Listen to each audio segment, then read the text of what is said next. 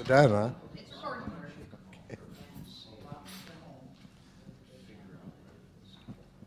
Okay, I'm looking for a deputy mayor to run this meeting tonight. I'm looking here, and I've been asking for volunteers, and I haven't seen anybody, Vance. Maybe Nicole or somebody. Anyway, welcome. Nice to see everyone. Hopefully there'll be a few more people think that maybe 7 o'clock was the time, and we might have to bring them up to speed. But welcome to the ones that are here. And okay, I wanted to tell you about a few things going on and maybe just start the conversation a little bit. Has anybody been out to McCormick Woods the last 2 weeks?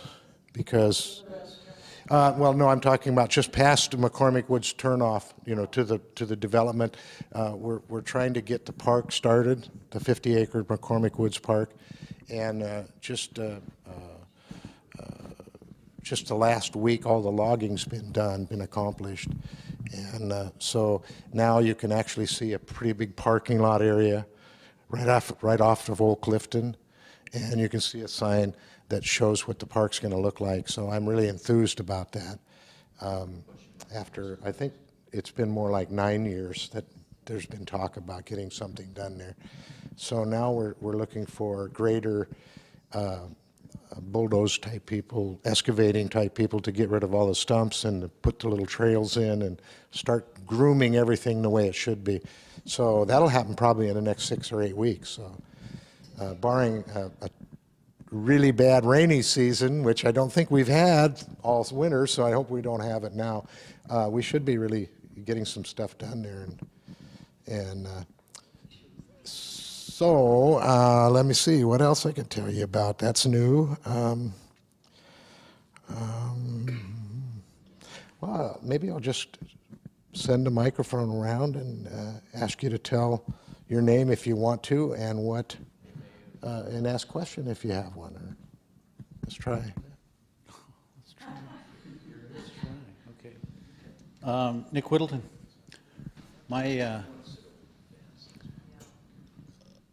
I asked for consideration of making Perry Avenue a one-way street out of town.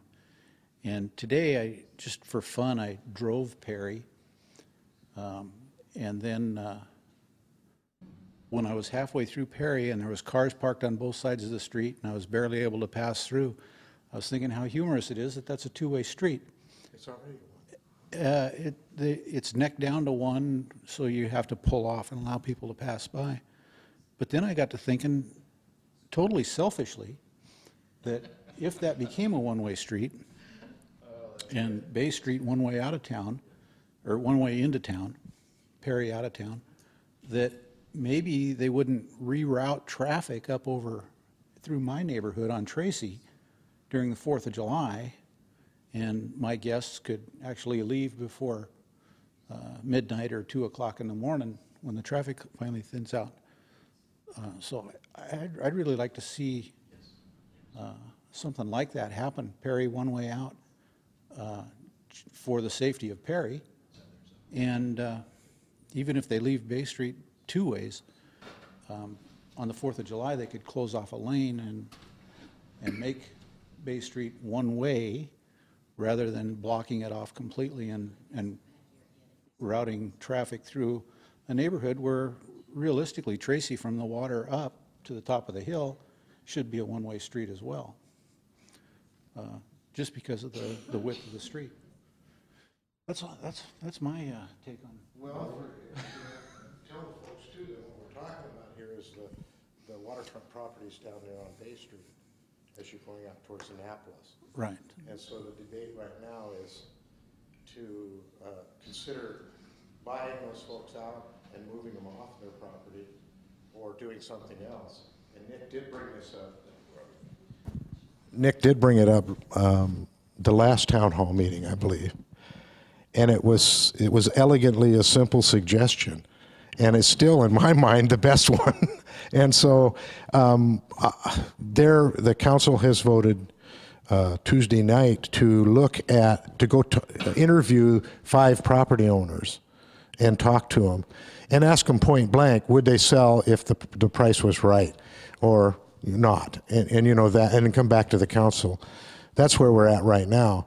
I still hope that calmer, better ideas will prevail at the end, and we'll look at those other options. One being one way in, one way out. Councilman Chang is here, so hello, Councilman Chang. Vance Vaught, 243 Tremont Place. I would like to see us do something with the properties that were taken over by the city that now are starting to fall into disrepair because of the roundabout, because of the things that they got into. We've got a couple of houses now that are completely vacant. One of them's a commercial property, and it is trying to be sold that way. But the other one, up on the hill, next to Group Health, that house is not up for sale. It's not going to be up for sale, and it's not going to have anything to be done with it until we finally, do whatever needs to be done with Tremont. I don't know if there's a good solution, but I think that there should be something done to make sure that the vagrants and the house itself doesn't, become a thing that attracts people to go in there and cause all kinds of mischief and maybe have even the place burned down or something. I'm kind of concerned that there's not good oversight in there, and it's an attractive nuisance for the city.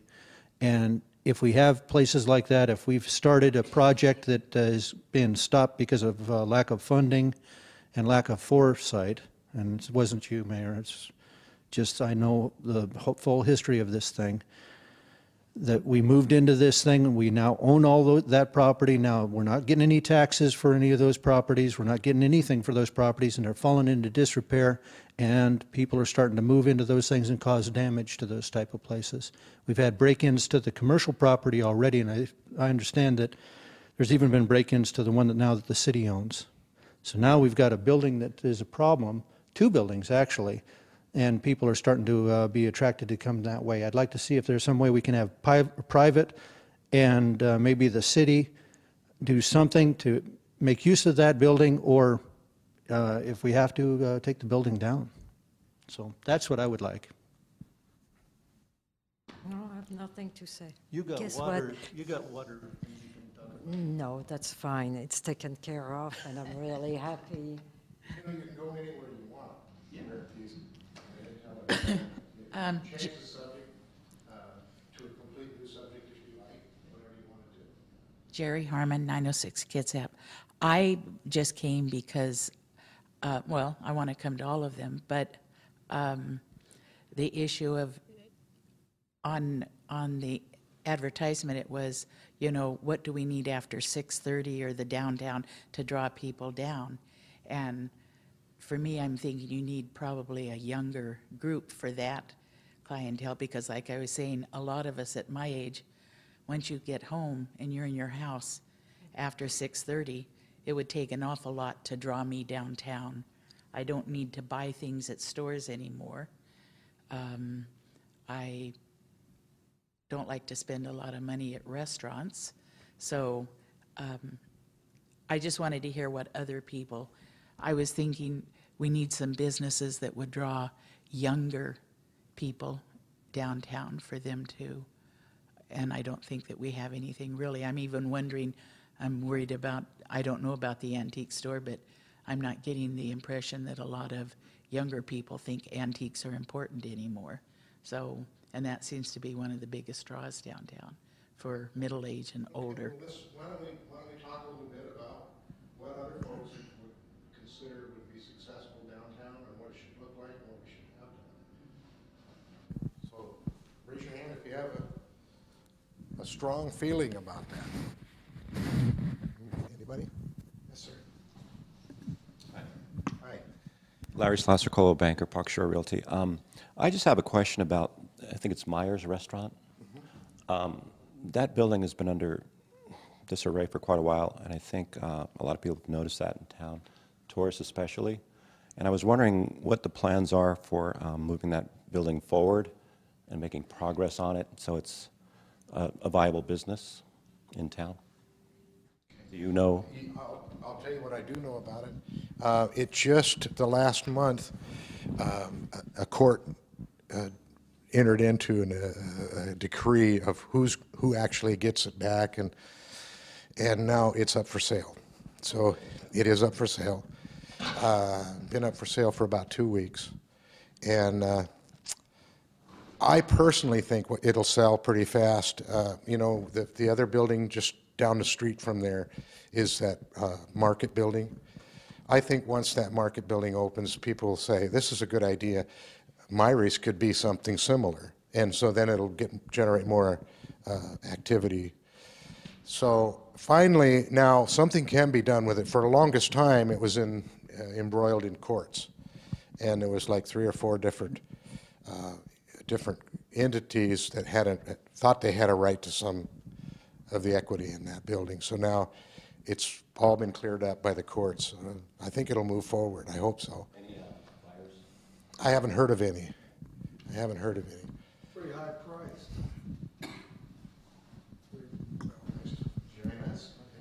I'm sorry I got a little late. I got invited to dinner at the last minute. Apparently the asking price is pretty high. The Myers about $730,000 or so. And so that's apparently scaring people off. But like Tim's saying, the public market is a dark horse. It's a sleeper. Right now, it looks like it's going to open up this spring. And what is really the best kept secret is that thing's going to bring back downtown by itself. And I think there's like Tim says, the interest in all other real estate, including Myries, especially Myries, is going to be increased geometrically. This is what I just couldn't help noticing the conspicuous absence of the rest of the city council yet again. But I've tried to bring out to their attention that, and anybody else, that this public market's a major, major asset. It's going to have a major impact. The seminars of Roger Brooks, he's basically illustrating and demonstrating a phenomenon and exploiting a phenomenon that's known to work all across the whole country in Canada, of public central types of facilities like the public market, as an example of bringing back downtowns, of just revitalizing them. It's just phenomenal. And it's 100% successful to varying degrees, but as none of them fail. And I'm to all these here presents, be advised, good time to invest in Port Orchard downtown, because it drives the prices of real estate up by a factor of 4 within 2 years. And I think people are just going to be really surprised, especially our city council. Other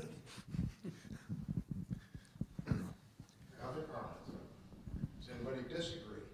Do you have an opinion? What would get you downtown?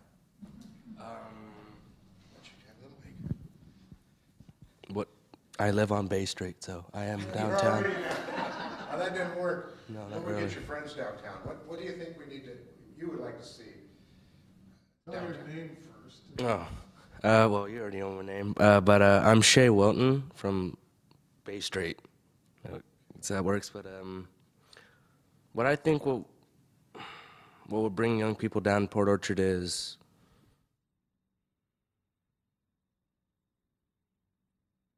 less coffee shops, but more actual shops, like hardware stores, and just bring it back to the old days, how they were back then.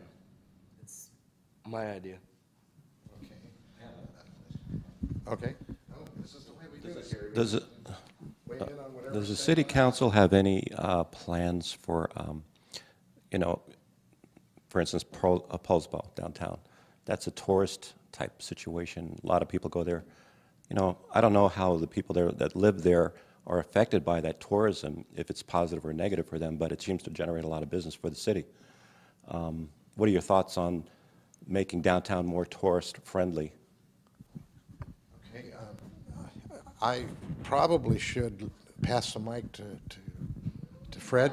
I'll tell you, my idea of it is there's a council member over in Bremerton that's been really, really active trying to get the concierge tours from Seattle over to Bremerton and thereby Bremerton to Port Orchard. And his idea is the more of those folks we get from Pike Place Market and those folks that fly into Seattle and want to see all of the Northwest, they can have a beautiful 1-hour ferry ride, and then they're right here in our backyard. So he's working hard on the Bremerton side, and I think there's several council people that are getting on board to work hard on our side. Don't you think, Fred? That I was saying, are there plans to make downtown more tourist-friendly? There are, but the council doesn't have a plan. It's not on the website to do like 3 certain things to make it tourist friendly. And I think while they make it tourist friendly, they also want to make it appealing to the people who live here. Because by doing that, then it will attract tourists. So, you know, I'm trying to think about your question and how I would answer it. It's like, I just want downtown to be a nice place to visit and to live and to be interesting. You know, whether tourists come or not is secondary to me. I wouldn't want to just have people who come here and don't live here and have stores only for tourists, you know, like souvenirs. That to me isn't really a viable town. I think you need a town that is interesting, and it should also have souvenirs. But you would want your own population to want, you know, show pride in the city. For example, I'm going to do a plug now. You probably know that they have stickers for cars, and there's one that says PO on it for Port Orchard. And that's something that I just created, and I put it in a couple stores, and I thought, that's what I'd like to see more interest of people in what's here. You know, you see VSH for Vashon, and I thought, well, if Vashon has one, why don't we have one? So, and it's something that I think takes off slowly. On Facebook, there's a Port Orchard group, which is more than just the city limits, but there's people talking about issues that are of interest to them, that are sort of local. And I sort of agree with you that I would like to see more things downtown, but I'm thinking if we had a hardware store downtown, could that compete with a Lowe's? Or could it compete with an Ace Hardware? Yeah, I didn't think about that. It might be able to if it has like restoration type hardware. It would have a niche. And I think we have to have niche things that draw people, attract people to the downtown area. And I think we have a lot of potential. You know, people see empty places and they think that's bad. And it's not the best thing, but I also see potential that we could get something interesting moving in. I didn't come to talk. you know, that Roger Brooks has done 400 or some communities trying to get, you know, rediscover their downtown. And one of the things I like about Roger Brooks is he says there's 3 places in your life. There's a place you work, the place your home, and your third place, the place you just go to have fun. And he's saying that if you can develop your downtowns to be that third place, a place where you just like to go and hang out, maybe not always at a coffee shop, but at a donut or at a bakery or at, you know, or, just given lots of options.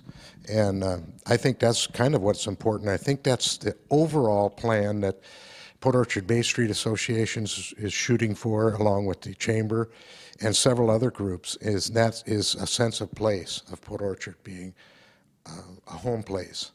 You know, a place we're all familiar with if we've lived here a long time, and a place that young folks immediately feel comfortable at. So it's a sense of place, I think. I was thinking, you know, one of the things that Brooks says, again, is having small little bands or you know, a 2-piece band or something at different places on the weekends, and having those people changing around town, so you never know what to expect. There'll always be something else. And I think that helps develop a sense of place, or, you know.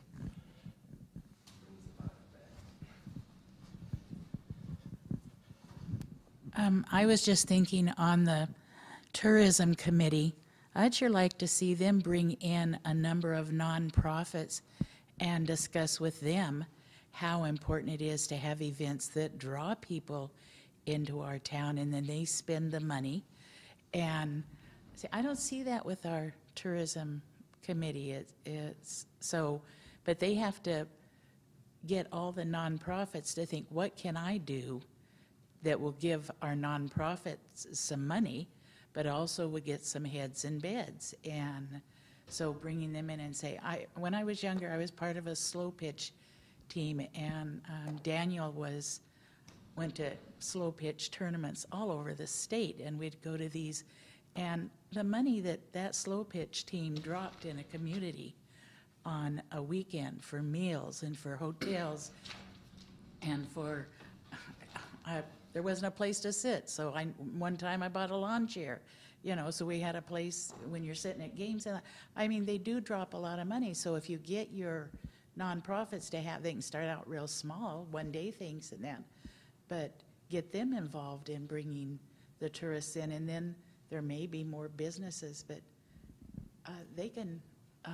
spend a lot of money if you can get them to come for activities that are like I've never been to it, but the train deal, don't they have weekends where they draw people, and you know, maybe they could increase it or something. You know, there are just things that are happening here that if we could get the nonprofits to do a little bit more and give them some bennies, you know. I don't know what it would be, but make it easier for them to have activities.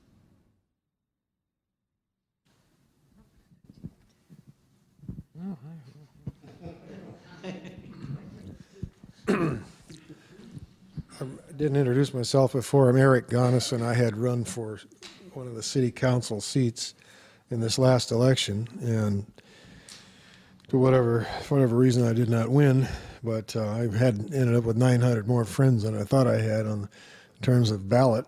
But this was my premise, was that the downtown is basically neglected, and it's like apparently in the last 15, 20 years, the Walmart syndrome between it and Fred Meyer has siphoned off most of a good bit of the economic vitality of downtown, and the rest in downtown was just allowed to kind of just get blighted.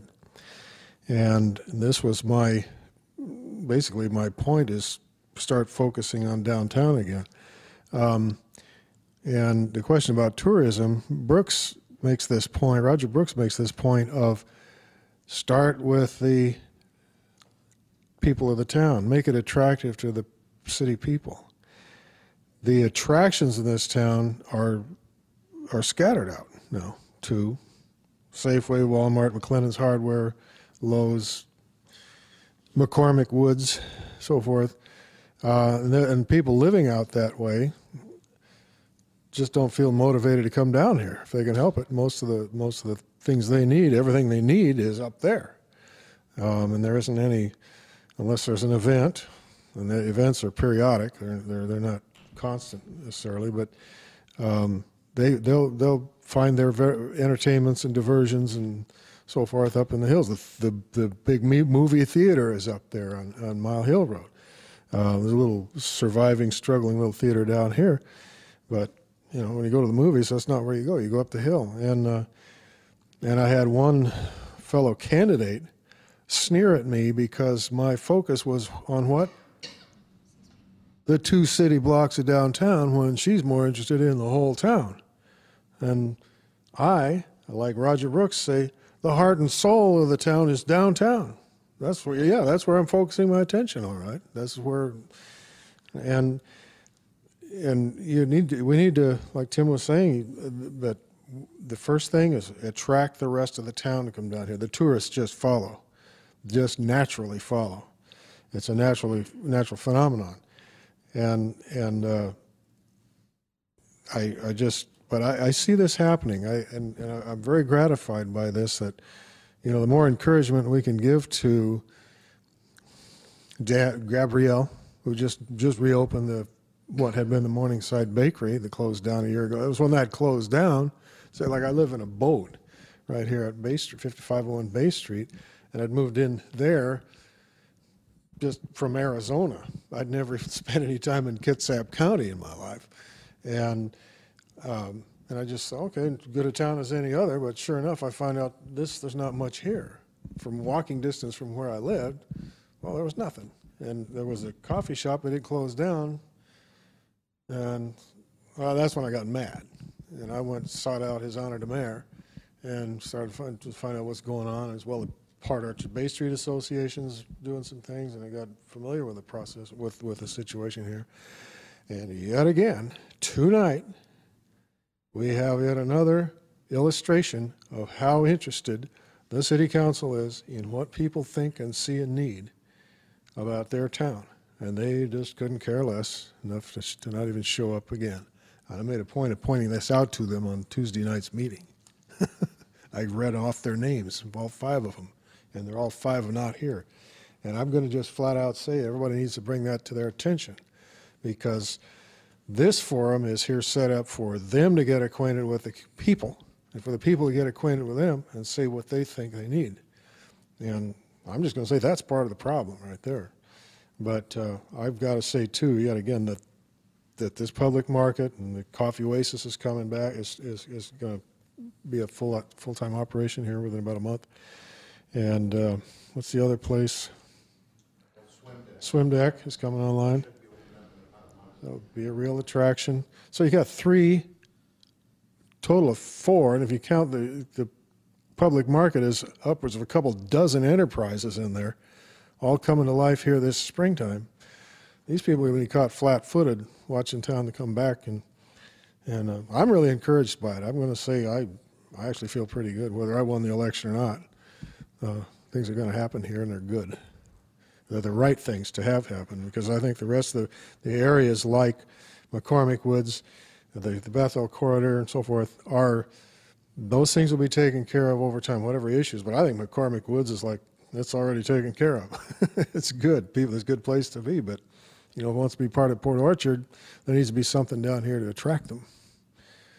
And you probably see me be one of the people playing music down the street, but I'll try to disguise myself or something.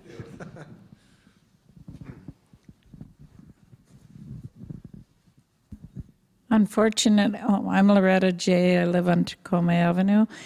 I don't have any ideas. I have been thinking about it, but I do have a question. I'm wondering if anybody, council or otherwise, this gentleman mentioned Paulsbo's downtown area or their tourist area.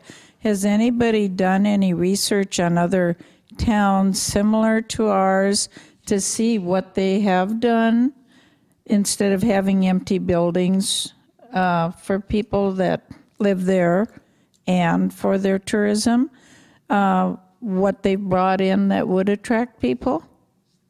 Has anybody done that and brought that to the council, or? I'm taking that's a no. Well,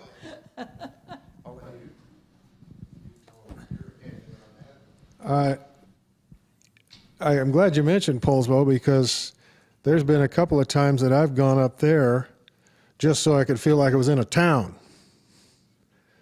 I can go there, park the car, I can walk to the thriving business area. Every place every storefront is occupied and in business, and they're happy there. You can walk right in and talk to them, and they're glad to be in Paulsbo. They're enjoying the businesses that they have. They're happy. And it's quite the contrast to what we see here. So what kind of businesses do they have that we don't have? There are bookstores, coffee shops, boutiques, art galleries, you name it. There's jewelry. There's, like local art, the things you can wear. I mean, it's just everything's there. And what they have is a brand. And Roger Brooks talks about giving a town a brand, which is something that the town is known for. And up there, it's the Scandinavian motif of the Vikings. And people really relate to that from the Pacific Northwest. They come from all over to see this. It's just like the town in East Leavenworth has the Bavarian theme. And then people come from all over the world to see that. It was the program we saw the other night, having an anchor like Orlando, Florida has Disney World. Well, that Disney World has dozens or hundreds of competitors that are all pulling each other, building each other up instead of pulling each other down. Well, but there's an attraction. There's a theme that gives the place an appeal, and you know, people here are kicking around some thing to make this town, to give this town a brand that becomes, attracts people, you know, just, it becomes a natural draw. But you go there and you definitely feel a positive energy. And as was told to me when I first went to my first POBSA meeting, and I started seeing and talking to people, and it was verified that there is like a conflict. There's a negative attitude here, and it's a tangible thing you can feel, where people are literally kind of like trying to hold back. It's like it's a bad attitude. And I'm just going to say there's 5 empty seats here of council people that are a real illustration of that attitude. And I don't mind calling a spade a spade. We've got a real attitude problem here. And but on the other hand, we've got some real positive, and you go to one POBSA meeting and you'll see your place is bursting with positive attitude, positive energy. And I just can't say the name Don Ryan enough. He is the guy that's building the public market. Totally, his enthusiasm is unstoppable. It's just like he's a ball of fire, and nothing gets in his way. Nothing discourages him. Nothing depresses him. He's not letting anything get in his way, and there's a lot of things in his way. He's had construction delays, if they've found like environmental problems, all kinds of restrictions and fees and so forth. I mean, just good grief, try to start a business, any kind of business. He doesn't let anything get in his way, and he's pulling it off. Yeah, it took an extra year to get it going, but it's coming online in real time, and people around him catch that vibe from him. They get this. You know, there's 30 or 40 people show up for these meetings. There'll be another one this month on the third Thursday at Moondogs 2. And you come to these meetings, you find people are turned on and they're energized. They're about Port Orchard downtown. And you know, you can be encouraged and say that your questions your concerns are being addressed, they're being answered. It's coming back. I've stood up right here in front of the rostrum at the council meetings and announced it to this council and said, Port Orchard's back. That was 2 months ago. I have no doubt that it's coming back because it's already on the way.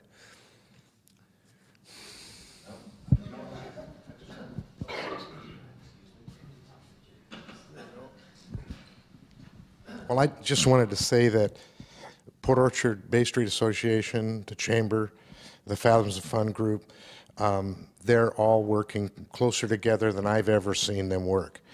And that is the ball of energy I think that you're referring to. No one person, although there's a spark plug in every group, but no one person can keep the fire burning or keep the engine running. It takes that energy in the group. And we haven't found our magic theme or whatever, but we're working on it. There's several groups working diligently to see if we can come up with that.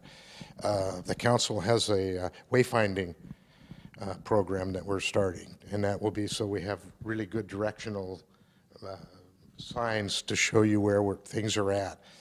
But we're still looking for that theme. And it's just around the corner, I think. It might have something to do with the market. We'll see how that goes. It might have something to do with our waterfront. That's pretty obvious. That's one of the big pluses in our area. They thought you had a contest, maybe, to the public? Yeah. Yeah. So, you know, I just feel kind of like you that we're getting closer to it. Not there yet, but we're getting closer. Oh. Just wanted to tell Jerry that there is a group that is, let's see, you wanted, now, I'm going to deflect some of the criticism at the council because I don't think you should expect the council to be the one responsible for making all the positive change in the city. And I don't want to criticize or defend them, but you have to think about what does the city government do? You want it to be limited, and we are limited. We take care of utilities, roads, we set rates. And if there's a little extra, you know, we do things like we build another city hall. So, but you are talking about a need, and I think it exists, and it is good for people to get involved. But I want to go to what Jerry said first about wanting the tourism committee to talk to the nonprofits. Once again, I would say it doesn't matter who, it doesn't have to be the tourism committee. And that committee's actually changed this year. It used to be economic development and tourism. It has a new chair. It actually has 3 different members. I'm one of them. And I think we're going to be talking more about the economic development type of ideas, or that's my hope. But there is something called the Coalition. It is actually a lot of the nonprofits, including the Sydney Museum, Fathoms, you name it, and they are involved. It's spearheaded by Chris Stansberry of the Sydney Museum, and I'm actually excited when the nonprofits are talking to each other because they're coordinating their schedule. You're not going to see a conflicting weekend where they're both having events, so they have to divide up the town, but they're taking turns, and hopefully they will start promoting everyone's different calendar. And you know, I think it's good that the council knows about it, but you should not depend or expect your council. Wanting them to, I was just wanting them, I wasn't aware that there was a group of nonprofits that were working together, but I think that if. Yeah, please, because we don't pick your voice. I was just thinking that if they all work together like this, scheduling so they're not conflicting, and, you know, even some nonprofits that haven't had something, if they could come up with something that maybe it only brings in 15 or 20 one year, but things start to grow, and it also brings some money into their pocket. I was also wondering on the 4th of July, I know that the fireworks is a big thing, but can the city contribute money like from tourism to the firework if it were so spectacular that, you know, it would draw I know that we have a lot of people come to it, but you have a lot of people that start off, you know, at Paulsbo, they just kind of travel to each of them because Paulsbo's before the 4th, and then I don't know when all the cities have theirs. Has Bremerton and that part of ours? I would think that they would be. But does Silverdale have a fireworks display? You know, but if we could make ours the best, where everybody would want to come, even though it clogs our streets till after midnight and 1 or 2. But, you know, getting it to be a larger event. Fathoms that organizes the fireworks has not asked this. I don't believe they've asked the city for money for the fireworks themselves. Not directly. They ask money for their organization for their various activities, and that is funded through the lodging tax fund, which is a special case fund because it's derived mainly from the hotels and motels, and it's only can be allocated for specific things. Although everybody wants a piece of it, and I think I agree with what Eric and the mayor have said about POBSA having a lot of energy. It is a really positive place to be. I'm on the fence of if we need a theme to succeed. I think just the fact that everyone's talking and they want to take care of their place downtown is a good step. As you know, business owners are very headstrong, and it's hard to get a lot of these types to agree on a theme. So, you know, if they do, all the better to them, but even if they don't, as long as they're talking to each other and taking care of their buildings, I think that's exciting. We're lucky that we have Mansour Samadpour, who's taking care of his buildings. He invested a lot in the marketplace, too, and it's looking good. There's also a fundraiser for that, but I'm actually interested in ideas you have about how to get people involved. For example, when the coalition, they're in their infancy, but I think more people should get involved with that, and you should see how the nonprofits are working together, and maybe you can participate. One thing that's exciting that the Sydney Museum is doing, or I think it's exciting, is they're planning a home and garden tour. I believe it's in July of this year. I'm not sure what it's going to be, but things they've done in the past is they've had people open up their houses. Literally, you could go inside, and or you could go in their yard, and it's a great opportunity. I think the last one was 2002. It'll probably be a fundraiser for the museum, and they have a roof that they need to replace. But I think things like that are kind of exciting. And instead of, and to Eric, I understand how you feel about other council members not coming, but I think one thing they like having, their different busy schedules, is they like knowing that a meeting has a theme. For example, if tonight's theme was like, what can we do to revitalize downtown or something, they might be more enticed to come. I think you should just encourage more people to come, and then the council will want to come, sort of like the tail wagging the dog. They'll say, oh, there's a lot of momentum in this meeting. There are a lot of good ideas, and you don't need the council to have good ideas. I think a lot of good ideas are probably not on the council. And even Roger Brooks has said, you want your local government to be involved, but you don't want them necessarily leading it. There's a lot of turnover every 2 years, and sometimes people do things for political reasons. So you want a steady group of people who actually own buildings and own businesses. You want to certainly invite your government electeds to come, but I'm not sure you want them to lead this effort, or it would be a lot of change. But that's all I have to say.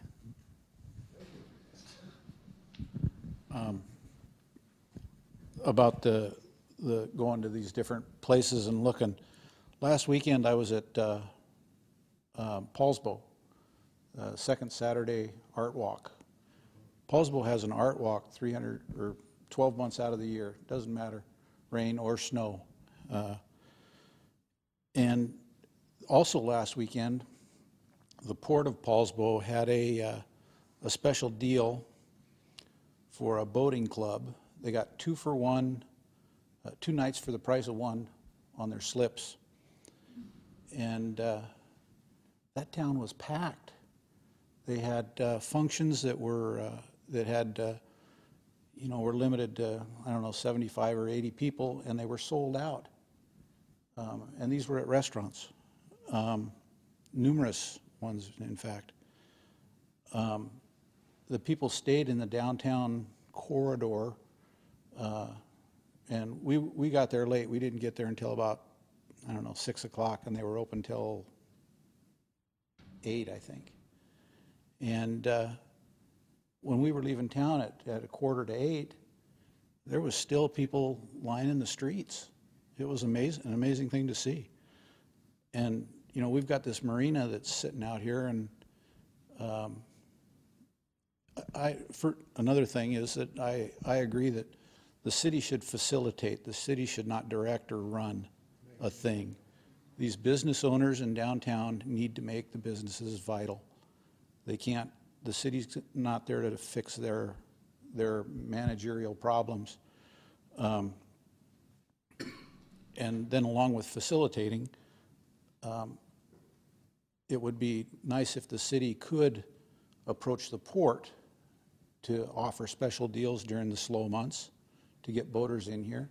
These boaters, they've got furnaces that are better than most of our homes. But get them here.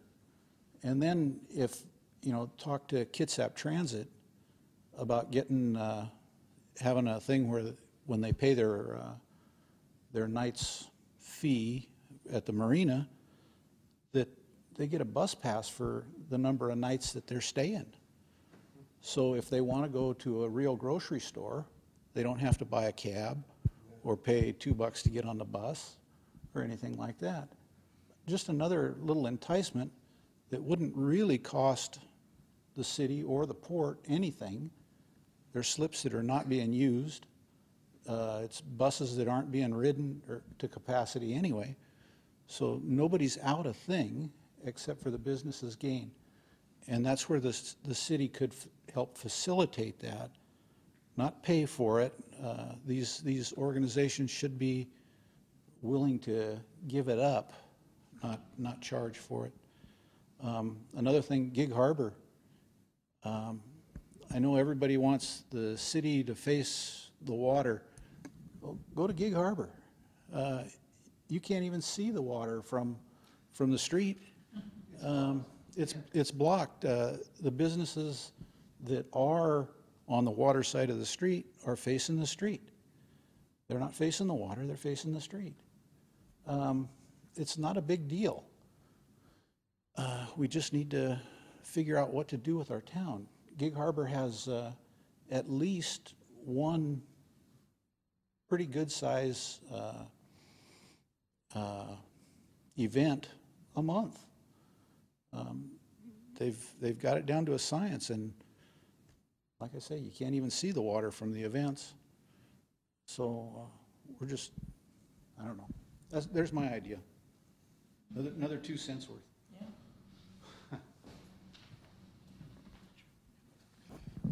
Anybody else? Subject change? Gil Michael, 228 Seattle Avenue. I'd like to get back, or just Vance's idea of cleaning up the couple buildings at the corner of Tremont and Sydney. Kind of, you know, you think about what is around town and the theme of cleanup. I know the Port Orchard Bay Street Association does a spring and fall cleanup for downtown, the couple blocks that are right down here. And that keeps that pretty clean. And I do understand what Councilman Chang says about the city council not leading but facilitating. And it is unfortunate that more of them don't attend these meetings to, you know, bring forth their ideas. Tim, maybe next time you need to invite the press so they could get their name in the paper. So, a little snide comment, and I do apologize, but yet I don't for that.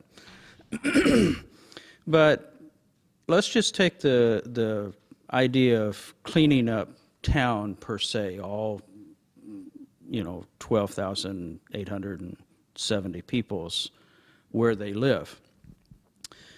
So when you come into town from Gorst, just past the city limits, there was a building that fell down about 7-8 years ago. And perhaps code enforcement could look at that as an issue that they need to take care of. Right now, there's a old water heater that's rolled down into city right away. It appears somebody was in there trying to salvage stuff and has further demolished the building. And it's a real eyesore. I think the city could be more proactive in mowing the shoulders of the road. If you have to get on the state, write them a letter. The council ought to pass a resolution. The issue is, how do you make the town attractive? If you make the town attractive, then people are going to come. The people that live in the town are going to come downtown. They're going to go to Fred Meyer. They're going to go wherever they go, to the bakery. And I think that's why Paulsbo is attractive, and why the shops are generally, the storefronts are generally occupied most of the time. It's why Leavenworth is occupied most of the time. Those places are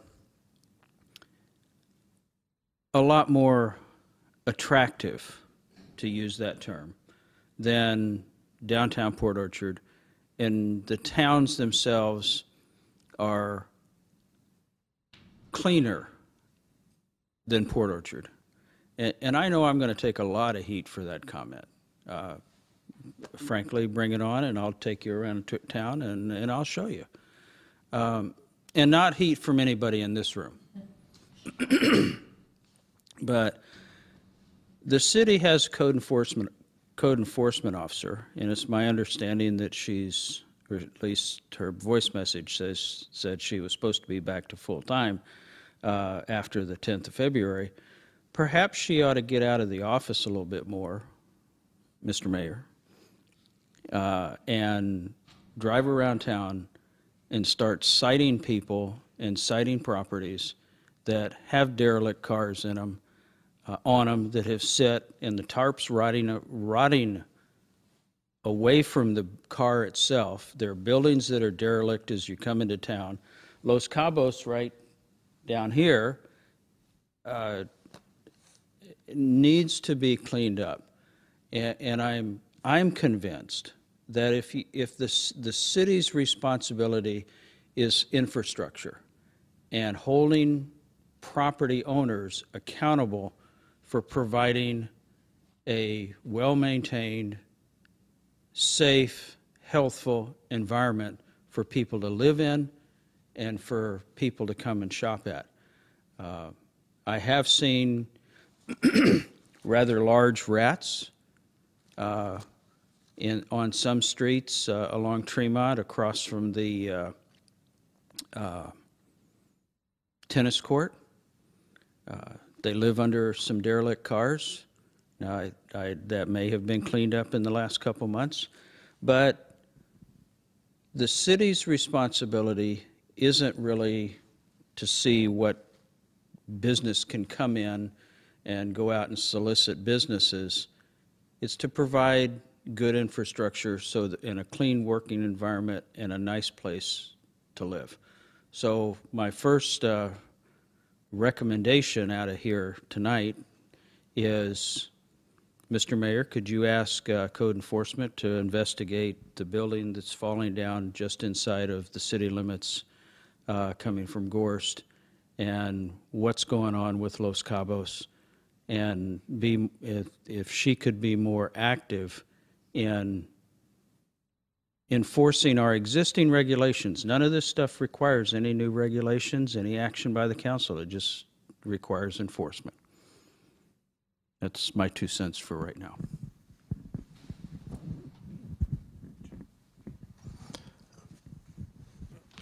You can respond, Tim, if you want to. I'm thinking.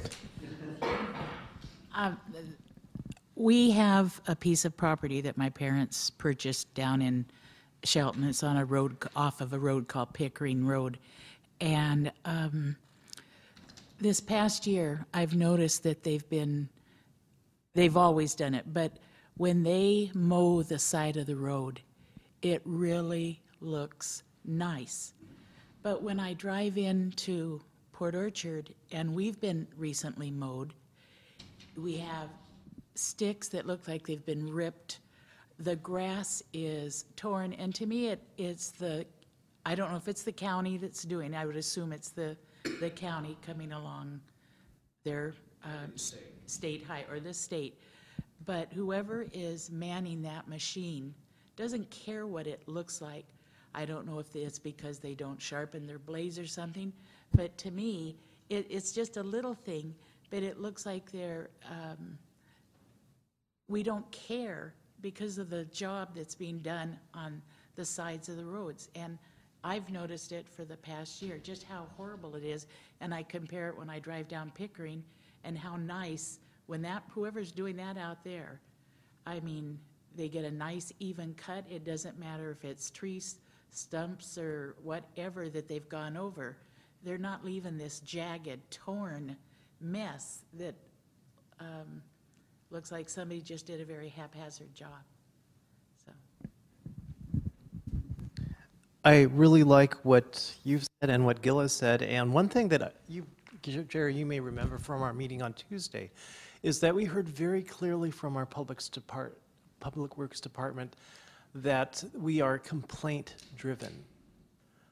So if there were somebody to specifically email about a decrepit building on Ross Creek, creating a record, or you can email Public Works at City of Port Orchard, get it on the roster, make a complaint. And I would actually think it would be great if we could encourage citizens, not just open your eyes, but here's where you can tell us, what do you want us to clean up?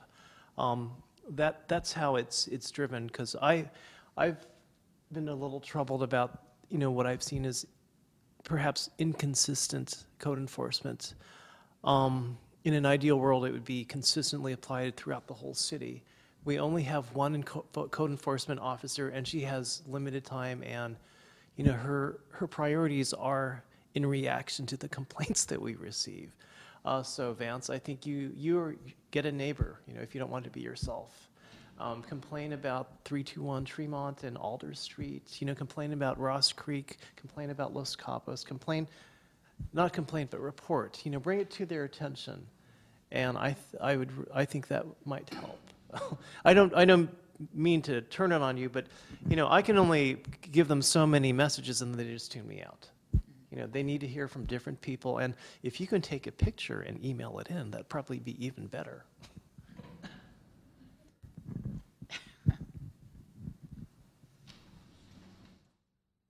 Well, I'd just like to say one other thing. It just reminded me, I like the fact that we do at least have one city council member who is in limited government, but engaged. Just the fact that you've spent your time. I know you work. Some of these other city council people, they don't even have a job. And they can't seem to find time to come to things like this and show an interest and be engaged. That's all I think that needs to be done, because as you have mentioned, you brought up some very valid and important points, and I'm sure that some of these other city council members could too, which might spark the kind of engagement from the public that you were just mentioning. So I think that it harmonizes, it works from both sides. I am extremely offended when I come before the city council and I have to talk to a wax museum. I've never seen anything like that. And I know that they've made a conscious decision just to sit back, let you have your 3-minute egg timer time to talk to them, and then they can just dismiss you and walk around like they're some sort of Roman dignitary. Senators from a time well gone by, because we need engagement, especially in a city like this. And I believe that's where the original point came, was mainly this thing has been going on for a long time. It's been a problem that's been there, a little like our water problem had been there for the longest time. And the problem was it was done wrong to begin with. Some of the council members who were there at the time, we still have some of the council members who were there when they did well number 9. They did it wrong. You can't do these things wrong and then just let it go like that for years and years and years and years. So you got to do, number 1, you need to do it right. Number 2, you need to be engaged and use as many ideas as you can to try to make it to get to the best decision possible. And that's where your engagement is so much appreciated in my way of looking at it. Okay, I'm going to talk this time. I think you mentioned something important, to have the people getting the information with backup behind. There is something, I didn't know you could talk to a city council. I didn't know that. Anyone. The reason I brought the water problem is because of the runabout, where we were all asked to come, and I saw that we could talk. I come from another country, so I didn't know that. And when I saw that you could talk and something that is not on the agenda, I said, well, I'm going to bring the problem of the water. That's how I did it. So how many people in the town know that they can bring something, that they can even come to a city council and see how it works? So that's how I did it myself. It worked, and I'm really happy. I have a very good relationship with the work departments and the city engineer, and I see things going fast and starting to really move. But yeah, we need to bring it to the city council, and we need to have an answer. And at that time, we had a city council that was not exactly a wax museum, because they answered me.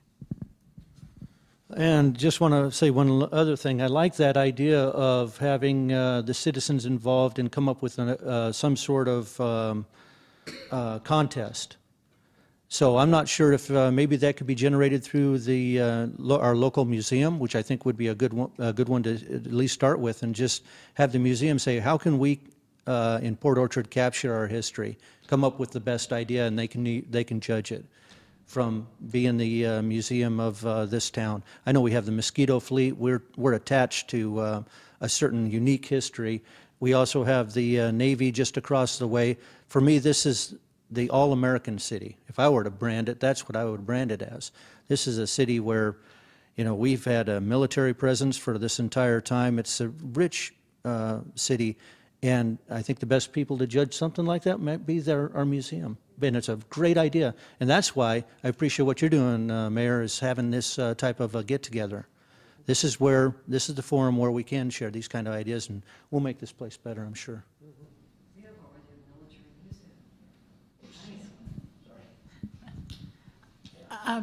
That's something that I've thought about all the years that I've been coming down here is it's almost like the decisions are made and everything is gun-ho before the people hear about it. I mean, it's kind of like the houses on the pilings out here that all of a sudden there's an article in the paper and those people didn't even know at the time. Things should be discussed. If it's going to involve you or a certain area of town, those people should be brought in. It should be discussed with them, get some ideas. I think we've got a community that has millions of ideas, but it's like the only ideas that even get considered are the ones that are coming from maybe a certain small group of people. So before something is so, it was almost like the DOD. We didn't hear about it until we heard about 60-foot condos on Bay Street. The rest of us were totally in the dark. But we also didn't get notice of it because of the 300-foot. If you're 300 feet away from it, then you don't even get noticed. So all of a sudden, they're in the last stages of going through the DOD, and the people on the hill hear about it because it was something that concerned us, came out, I don't know if it's in the paper or something, but all of a sudden, you know, but the steamroller, I don't think we made a big difference in the writing of the DOD, but you don't hear about things until, I think most of the council people have their mind pretty well made up, and no matter what we say, I don't think many people are listened to. I'd like to answer Mr. Michael. Yes, I will talk to code enforcement about that. I just noticed that. There was a garage there. It was leaning over, but all of a sudden now it's ripped open and its bones are showing, which are who knows what. So I will talk to her about that. But we are complaint driven. So when you have something like that, the best way to do it is call down there and just enter a complaint. They have a complaint log. They'll give you a number. Then call me and tell me the number. And that's how, you know, we'll get some attention on some of these things. So, let's see, there was another comment I wanted to make, but I'll think of it in just a minute. You know, I wanted to be positive tonight, and I can't, hearing the when something comes up that involves the citizens have to go to the city website. The citizens have to pay attention. They have to go to the city website and read and try to understand what's going on. Tuesday night, I was somewhat offended that it became necessary to inform the Home Builders Association and the Board of Realtors that the city was thinking about taking some action.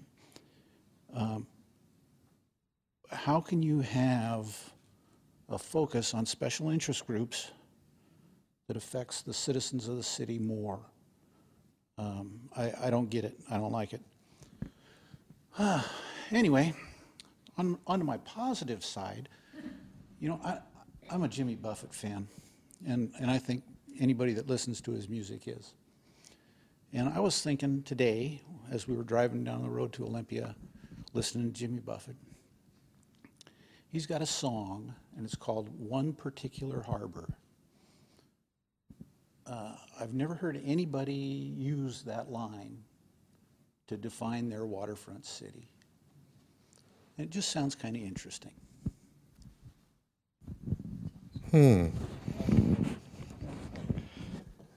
Well, that's very interesting. No. He's not going to sing it? I just wanted to give a response, not an answer, but just a thought to what Nick has said about certain groups getting special, I wouldn't say special favors, but let's say called out for consideration. I will say that I don't believe it's the intent of council to diss the general public at large, but I think one of the problems is that any group, unfortunately or fortunately, does have a stronger voice than an individual, and that is a fact. It is partly born out of practicality, though. One example I would give you is that when I remember talking to merchants on Bay Street about just parking, how long they want people to park in front of their shop.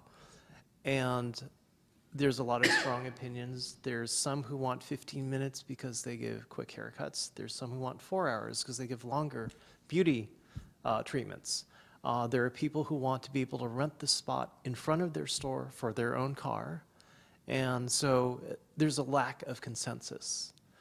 And I thought, if we tried to answer each of their requests, we'd have the most ridiculous parking where you would have to go and look on the street and see, oh, this is 15 minutes, this is 4 hours. So the city would never do that. We wouldn't consider it. But what I suggested to these people is, if you can join a group like POBSA, or even if you don't join it, but if a bunch of you just banded together and agreed yourself, and then you told the council, this block would like 2 hours, we are very inclined to say, oh, there's a consensus, all these people have signed it. So it's sort of a shorthand. It's easier to say, oh yeah, instead of, doing a phone call to all the residents, we'll just tell the HBA.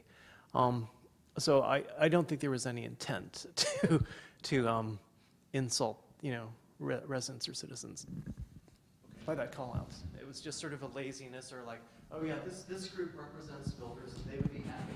I just took it personally. You shouldn't take it personally. With Jerry's comment though, citizens do and can make a difference. Sometimes it takes perseverance, sometimes dogged determination, and sometimes all of that, and then some. But did you notice there's several of these subcommittees are actually meeting here at City Hall? Now, there's a couple of people in this room, there's 3 or 4 that aren't in this room tonight, but have been in this room at other town halls that said they thought that was a good idea. So, if you stay the course, be obstinate enough, have a good idea, and then don't let loose of it, tell enough people, and have them tell the council, you'll get somebody to hear it. So, that's actually the way our system was designed to work, when that's citizens activists, so I don't want to undersell the importance of citizens. And Jerry's always at our meetings, and she says I just was so hard for me to get to that last couple, but I appreciate that you do, and I appreciate everyone that tries to get to the meetings and speaks up, because it makes a difference. Maybe not that very night, and there might be wax museum faces then, but it'll dawn on some people, so, and that's my sales pitch for tonight. Okay, I've been debating whether I'd bring this up, but I do want to. I brought up an issue last summer. In fact, I had a yelling match with an employee of the city of Port Orchard that's trimming trees on the street. And I came down immediately afterward and talked with Mark, and I came to the conclusion that Mark really doesn't like trees on the street. And I think he would agree with that. But he ended up taking the issue to public property, and for some reason it ended up on last night's meeting because it hadn't got so far. And I know that the moving of the signs, when I walked in, I knew that wasn't going to happen. I knew that part of it. But I truly believe that I was truly disappointed in everybody up there, because we have a person or a department leader or Mark who doesn't feel that trees on the street are important, even though our city government mandates that each new development plant trees. But the way they trim our trees, and I know that you have laws that you have to abide by, I know that. But I think that the way my trees have been trimmed on Kitsap Street is a total lack of respect for what a person is trying to do to make their city look nice. I bought these trees. I wasn't part of the grant process that came through the town. And Brandy, you guys have given her kudos for getting more training. But when it came up to the person cutting the trees, it was, well, we can't make him an arborist. I don't want to make him an arborist. I just want him to look at each tree that he's trimming and say, how can I do it where it maintains some integrity to that tree, where it doesn't look like a stump, and yet satisfies the needs for the city. And not one person brought up that issue that maybe that guy needs a little more training. In fact, it was, well, we can't make him an arborist. I don't want him to be an arborist. And I've never wanted him to trim and keep my, be the person to do the tree trimming. And Rob talked that he gets out there and trims his. These trees have been so trimmed while I was a working person during the day, and I never knew when they were coming, and I would come home, that I don't think they could ever be made into actually decent-looking trees. But I'm not going to cut them down until Mark comes and says that they have to be cut down. But I think that there needs to be some discussion on how can that person do what the city demands, and yet if we're forcing developments to put in trees, and then somebody like that comes along and mutilates the trees, then why are we forcing them, other than I assume it's a state law, because for every tree cut down, they have to, what, put 3 back of a certain size and that. But this tree, yeah, this one here, is mutilated. And that is because the city has mutilated it. And I find that disgusting, that I think they could do their job and not, they could look at each tree as he's cutting and say, okay, how can I satisfy it but not mutilate the tree? And I'm sorry that I brought it here, but I'm still irritated from Tuesday. That's exactly what you should have brought up, you know. Several things have happened since your testimony on Tuesday. Once again, several people heard some of it, not maybe all of it, but heard some of it. There has been a lot of discussion at our meeting on Wednesday. I'll just tell you that we've been tasking. Code enforcement now is going to take a lot bigger part of this, and there'll be notifications that you know that we're going to do this. We're going to get it on the website. We're going to get it as much advanced advertising as we can, and tell people they can do it themselves. If they don't do it themselves, we'll have to do it. But our system's pretty poor. It really is. In the whole scheme of things, we need to clean it up and make it much better.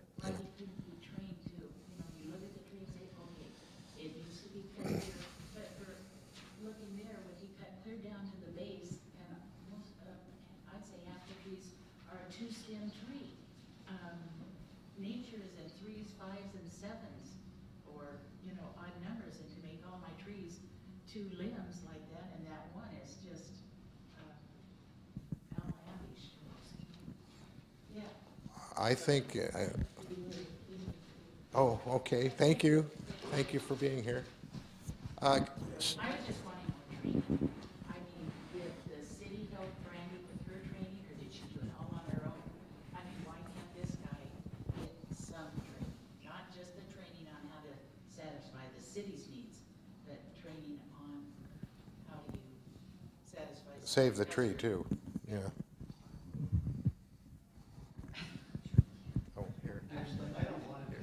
Oh, no, I'm good. Go ahead, what do you think? I said, buy a book, let him read it. He's going to be going out and doing it for the city, but to me, they're like when the buses complain and this, you know, the school buses and the transit and that, and they have to take care of an area. But when he does it, to use an eye that meets the need of the city, but doesn't destroy the citizens' property, especially when you are mandating that people plant trees. And you got a grant and put all of these trees all over the city, offered them to the people, and then they come out looking like they've been mutilated. I think no council member was actually happy with the decision. I had different ideas than perhaps you, and of course different than Mark. I would have moved the signs. But, you know, I can understand staff wanting consistent standards throughout the city, and I admire that. But to me, this is still a small city, and on a case-by-case basis, I would have moved the signs to the other side of the driveway. However, if they were in the road and dangerous, yes, and you know, I don't think your trees are that way, but I think you should continue to take pictures. I'm sorry, I'm very tired. Take pictures of your tree and maybe post it to the Port Orchard Facebook group or something. You know, just get it out there. But I hope the issue's not over, and I hope that we will have better policies in the future. I was wondering if I may see the picture. Put them on. That's great. Thank you.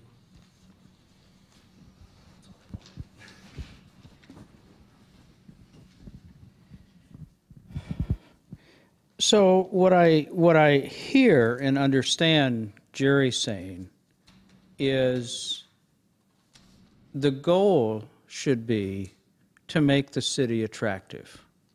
I mean, that's the goal. And so if the tree trimmer, if there's one person that does it, in order to do a job that would make the city more attractive, it needs to get training, or at least know how to do it. The city got a grant and funded the planting of many of the trees in the city.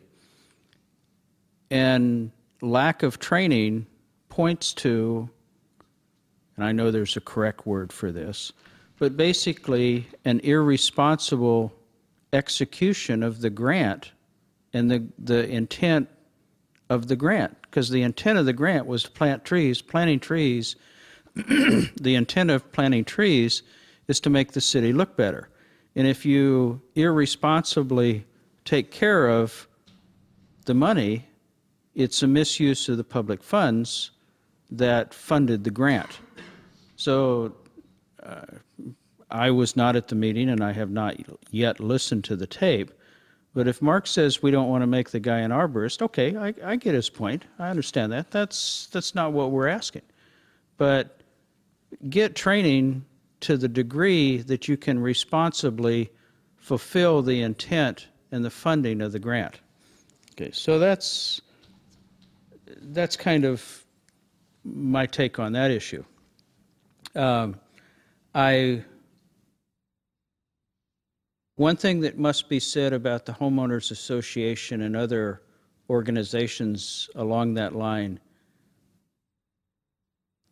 some candidates for city council do get political contributions for those organizations.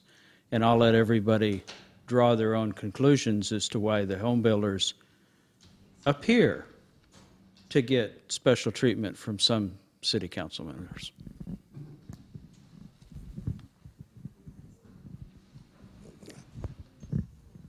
Comment? Change the subject? Same subject? Fred? I'm just taking notes. Okay, okay.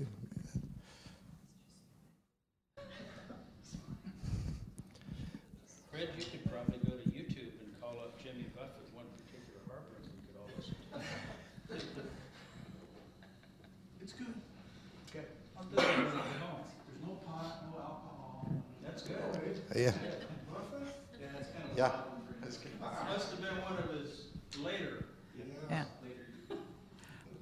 One of the things I was wondering, and it came up several council meetings ago, was that on the bicycle path going out to Manchester, why couldn't we get a bunch of, I mean, advertise it in the paper or something and get people, there's been ideas here tonight that I think are fabulous that people are putting forth.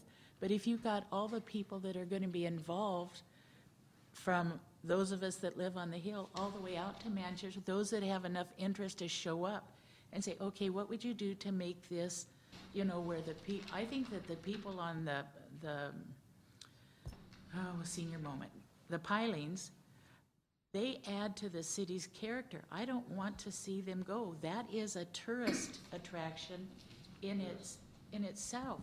So what can we do to have finish this project that's really great, but we need ideas, and I think that if somebody, you know, that is dealing with that would get them together, then we would be, you know, have a better finished product. Even though we're getting, to me, spending $18,000 to get this company to go and talk to these 5 individuals, that's a lot of money to me to spend. I agree also. The problem with that is the council believes it's necessary for them to have a good grasp of their next move after that. So, and it's up to them, you know, and they've found the money and they've spent the money. So the next thing is they're going to talk to those people and report back to the council. So whether I agree with it or not, now we're moving past that, get to the next step. Those 5 houses all on pilings are all older homes, and each one of those homes is going to require an AHIRA survey in order for a demolition permit. And then I believe last year the cities completed the shoreline management plan, and it seems like I heard someone say that as part of that, those 5 houses would not be given permits to be remodeled or altered, and the creosote pilings that they're on are going to have to be removed. So there's no gain on taking those down. I mean, I heard somebody say something about viewing platforms. If a private citizen can't get a permit to remodel a home that's on those pilings, then the city shouldn't be able to get a permit to build a viewing platform on those same pilings. My few comments that I'll say about this is there 2.5, well actually 3.5 years ago, there was some public hearings about this trail going out there, and they did hear a lot from the public, but and then it just kind of fell by the wayside and went quiet for all these years, you know, several years. So, but there's a lot of, oh, Fred, what can I say? There's a lot of misinformation being bandied around that's probably not fact-based, both what you're saying, possibly, and what the gentleman said here at the meeting wasn't all totally fact-based. I mean, in his heart, he believed that was the truth, but we don't know that it was fact-based, and I'm not sure that he was wholly right or wholly wrong, you know. So, right, right. I mean, a lot of it is just a person's idea or supposition, you know. I'm sorry, I have to use this. I think people are certainly welcome to their theories. His mitigation theory I thought was interesting. I'm not aware of that being a motive, but I'm just one of 7 council members. But I hear you say, the people who think that $18,000 is a lot of money. It is a lot of money. However, when you look at the project itself, which is projected to cost maybe $5 million, and don't be alarmed at that figure yet, because that would be funded possibly through grants. But if you have a project of that magnitude, as Beck said, you know, we want to do our due diligence. And one of the sad things, or not necessarily sad, and it's not necessarily human nature, it's like we can certainly take testimony from people like Mr. Jones, and I believe that he's sincere in what he's saying. But we also may want to get a report on paper that, you know, an objective party has said, we have quietly consulted with the 5 people, not necessarily in public forum. We've presented the facts to them. We've shown them a map. We've shown them what we believe would happen and the consequences if this project were to go forward. And then the council believes that if we have that information, then we would know, is it just Mr. Jones who's the holdout, or are all 5 of them the holdout? As you can imagine, every council member has their own theory of the extent of the holdout. They also, I'd say we all like the path too. We believe it is a positive for the city, in concept. It's just in the details, does it have to go in a certain configuration that we have slightly different opinions? But so I would not excuse the 18,000 as being a drop in the bucket, but I would say that if you see in the context of the whole project, it's probably it's seen as being money well spent.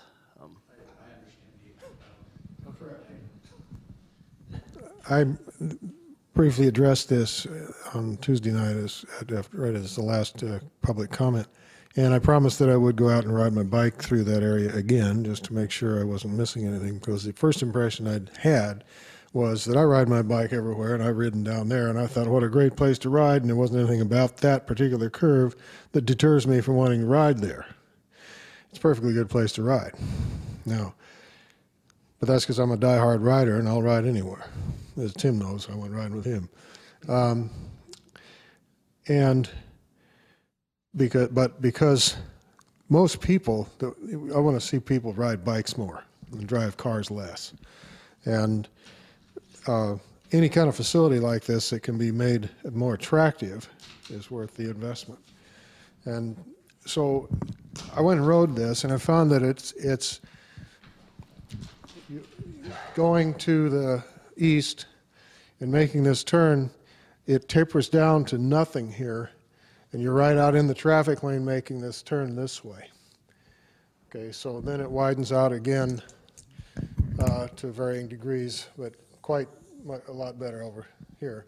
Then coming back, it's the same way. It's pretty wide here, and then it's a big kind of like a wide spot here that's literally like a turnaround, and then it tapers down to nothing here, so that you're literally forced back out into the traffic lane to get by the cars. They park right next between the buildings and the street and takes up all the space, so there's no room. This is so, I mean, I wanted to get a good visual on it, so I thought I'd share this too. But, and then when you get past that, then the actual designated pedestrian bike lane starts up again, that's literally separated from the main traffic lane here. And I guess the issue is to find out how to either get rid of these houses and make room here for the bike lane to come through where the parking is now. May be the idea that the study would address possibly. But I can't help but notice that right here, this whole is just a little hillside here. It's just dirt. I mean, there's nothing here. Well 10, I think is right there, isn't it? What is it? What is it? 10. It's actually well 10. Oh, a well. Oh, okay. And where is the well itself? Right here. Yeah. Pretty much, yeah. So it's in how many feet? Probably 50 yards, 50. There's about 100 feet maybe. From the edge of the street? But there are so many rules and regs on But, okay. community type wills. That was my question. You couldn't just shove over just 10 lousy feet here. Just bulldoze a little bit and pave it and. That's a question. Maybe we could have it on Huh? a website. That's a good frequently asked question. I don't know the full answer, but I think it would be nice if we, could address it. We give it to staff, say, Yeah. what is our official? I mean, it would reduce the, it would reduce the acuteness of that corner too, but also, I'm also going to say that as you make that turn, when you drive, you have to slow down to 10 or 15 miles an hour. So it's really pretty safe already, but, I just don't see, there's plenty of room there. You know, the way it was described to me is it was a federalized project if we do it right in this area here. If we go over here, we'd have to get permission to change our specifications or just give them $300,000 back, and then we could put it over here then. But the approved area is right in there. Is that correct, Fred? According to what? That's a good question. I'm not going to try to answer that. Okay, I'll qualify that by saying that's what I believe is. I don't know whether this was what Eric was getting to, but my solution has always been basically cut the inside corner of the road. It does several things. It would actually move the road inside. As Eric said, it increases the radius of the turn, which actually makes it safer. And if you need to regrade the corner and direct stormwater to wherever the stormwater would be directed instead of over on top of the well, which is where it ultimately goes right now, and then the pathway could be where the northwestern edge of the current road is. You know, you just move the road to the southeast, 20, 25 feet or whatever, and you solve the problem. I mean, this is not rocket science stuff here. The only issue is, are there any regulations on the distance from the wellhead to the edge of the pavement? And if there are, then those requirements, what would it take to mitigate those requirements? An infiltration of stormwater, a filtering of the stormwater, the road runoff. What is the solution? To me, the solution is what's being talked about, is basically demolishing 4 houses, making the roadway a one-way road. Those are exceptionally expensive solutions. And I find it very difficult to believe that there isn't a low technology solution for this that involves something about decreasing the radius of the turn and freeing up the space on the existing pavement to the northwest in front of the houses. And basically, it's a safer solution. It's kind of a win-win for everybody. And it's the most low-tech, and it's the cheapest. And the thing, instead of trying to now extend this for another 3 to 5 years, it just gets done, and it's over and done with. Thank you. I'm kind of a proponent of I disagree with you saying that one-way roads are high-tech and costly. They're not. They're not even costly, Gil. This particular road, if it was one-way, you would put it in. You'd put it in this way. You'd use this sidewalk and this part of this lane. It would be one way going into town, and then you'd come back going out of town up here. But the point being is, these people would still have their parking places. This wide sidewalk would still be utilized. It'd be just kind of blended into it. Nobody would lose their parking. Nobody would lose their houses. And this would be the path. The actual tarmac, the blacktop, would be the path. And so we wouldn't even have to cover that. So I still think that's a very viable option, the one way in, one way out. And the reason I say that is, if you look at Bremerton, they've been taking streets and making them one way with big old traffic calming things right up the middle of them. They would really like to see more one ways. So I think the federal government might even give us permission to change the plan for a one-way street there, I think. That might make sense, and like Fred was just mentioning earlier, the city likes to have things standardized, and if we, take a good close look at our city, one of the things that I have seen, and it scares me a little bit, I've always addressed it when I was on the Planning Commission. I addressed it, and I never got an answer. was how can you possibly put a roundabout in between a bunch of housing communities and a school? I mean, only salmon should be put through the torturous things of trying to swim against a river or, you know, risk their lives traversing things. You shouldn't do that to kids. You shouldn't put a roundabout right where these kids are going to be riding their bikes or walking across the street and stuff like that. It's just a recipe for disaster. That whole roundabout idea from the get-go was wrong. Hey, Van. So, Roundabouts are cute. yeah, I know. But the problem that I saw more than that, when I started looking a little bit closer at the whole thing, I'm amazed that the kids even could get there because some of the roadways being two-way, there's not even a shoulder for those kids to walk on. We need more walking space, more riding space, and if we could identify certain roads that could be one-way in certain places in the city, I think it would be more attractive, it would be safer, it would make things more walkable, more livable. It could be one of the solutions that, as you mentioned, are sort of cost-effective. So, and it might go with what you were saying, Fred, it might standardize things around our city. If we could have somebody look at it, I just hope that it's not going to cost $18,000 to study it. That's just me being smarmy.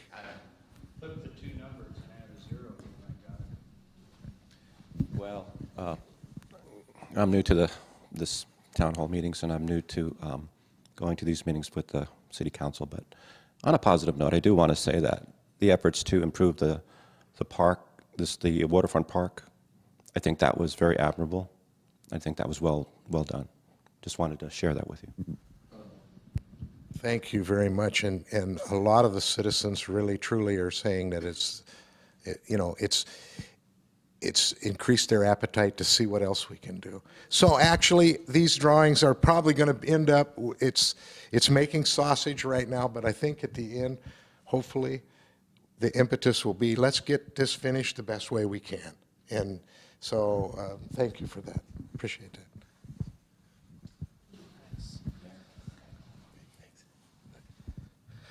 I have an issue with that one-way street. Buses, like bus 9 and bus 10, I meant 9 and 8, go right down to that road. And they pick up the veterans up on the, yeah, thank you. And when the bus routes have to change? Just Not perceptibly, half a block. Hmm? Yeah, half a block. Coming up Perry? Yeah. Well, Perry is such a, you know Perry, the second road up from Bay? Yes. Well, those people, there's been people saying that they would not like that to be one way. Guess what? It's already one way. Yeah, that's weird. It's just, nobody knows who's got the right of way there. And for the sidewalk, is that going to be continued for, like, my best thing I like about the upgraded park, well, us teenagers call it the twirly park, is the walkway through there. And is there any other, where's that going to end? Is it going to continue going past that little riverbed and then? Yeah, is this the continuance of it? The Okay. One of the next phases is to put a bridge across Blackjack Creek and continue it from where it now stops in front of the Marley apartment. It would go down to the waterfront. It would go down to the waterfront, pick up the, it'd go across in front of Bruce Titus Ford, cross Blackjack Creek, pick up with where it ends or where it begins, that section now that's right in front of the West Bay Center. And so that's what my understanding is those phases, the fill-in portions is what's next. There's a really good picture on the website. It's called the Bay Street Pedestrian Path. And we're going to see if we can put it on the overhead. It looks sort of like it's the red, but that's the concept. Oh, okay. I see it now. What we've done this year is set We have segment 2, which is near the Twirly Park to Bay Street and the Marley, and then segment 5, which is behind the West Bay. So there's the segments between, and there are about 9 segments total. Yeah, as according to this map. Yeah.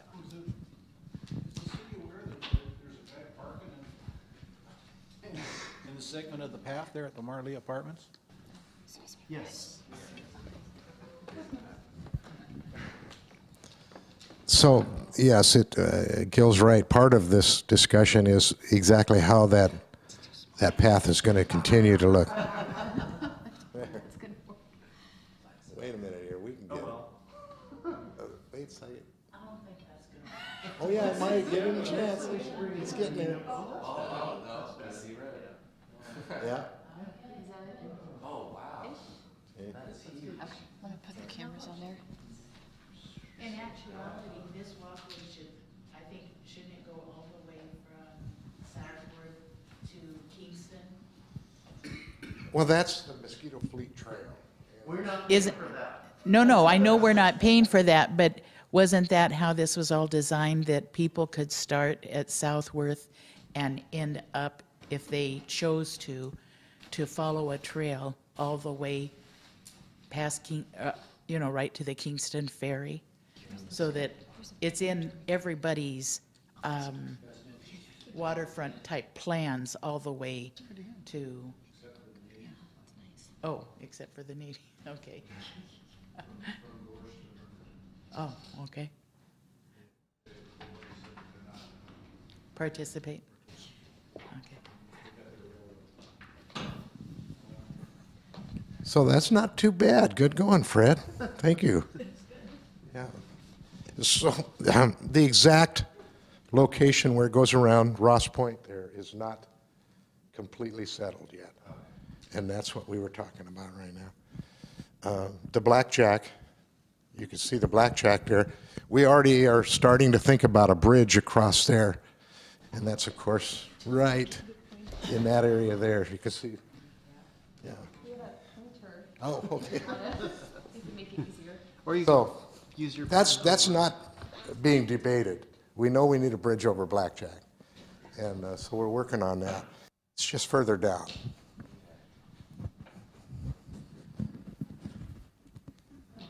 Nope.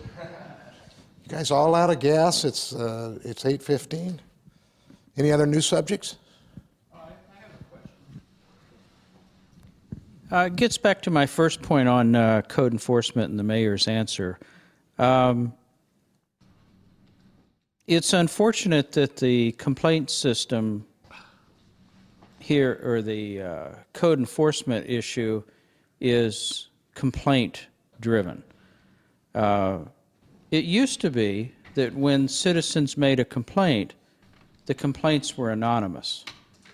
For some reason, over the past couple of years, the requirement for complaints required that a complainant sign their name to a form.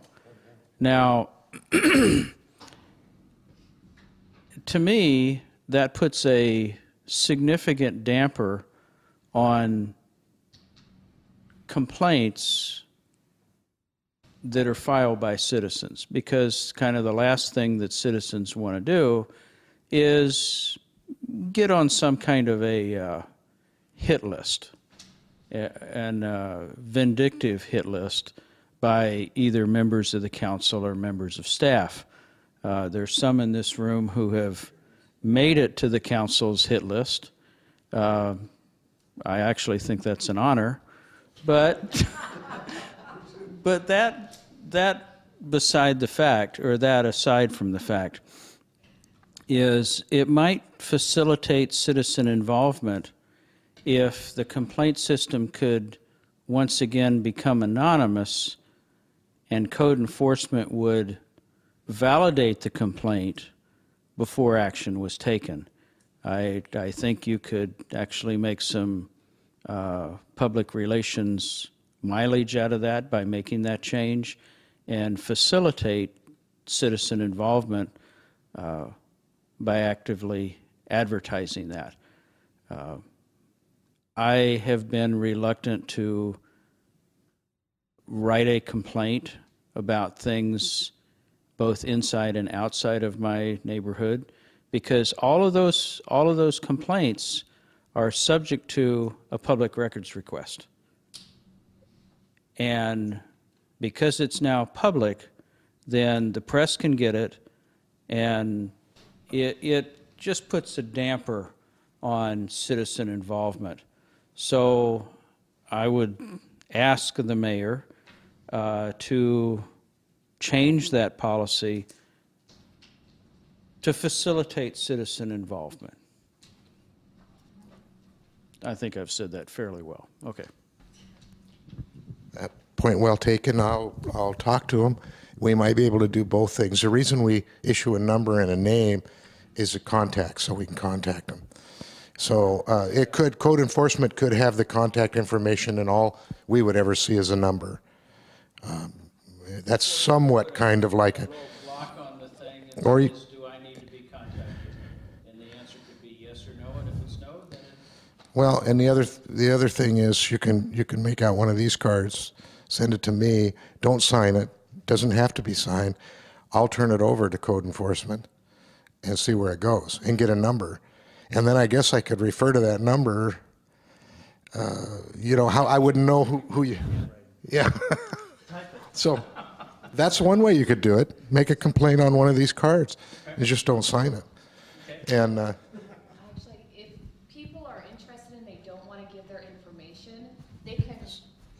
I was going to say, if people are interested in being anonymous and not giving out information, we do get phone calls at the city, and also we get emails if they just want to. We're not sure which department takes care of this, but can you please let them know? And whatever it may be, trees in the road, there's something wrong with potholes. We will then forward it over to the correct department. We'll copy the mayor on it. And so we've had people ask to be anonymous. They don't give names, they don't give phone numbers, but they just want to make sure the complaint or the request gets through to that correct department. And they can also email all council members and not leave any information, and just get that information out to the department, the council, the mayor, and we'll do that as well. okay, good idea. Good idea. The only downside to it is if you don't have anybody's name, sometimes they're frivolous, or or sometimes somebody's making a complaint against their neighbor for something other than the complaint itself. It's to get even or something like that. But that's going to happen no matter what. Right. I mean, we can't always solve all the problems, but we can work on that. So. Okay, I have one. You look pensive. You look like you have a question. That will be the last one. One of the last city council where I talked, I have asked if we could have on one of those walls a paragraph from the Washington Constitution. I'd like to know how we can have that done. I can buy the things and ask you to do it, but I would love to see that amendment from the Washington Constitution somewhere here so they remember who they're working for. Our elected official, and I mean all of them.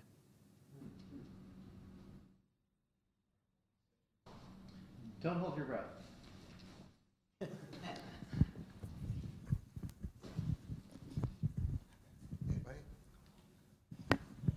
Well, thank you very much. You sure you don't want to change subjects? Okay, thank you so much for being here. There's juice, cookies. I'll take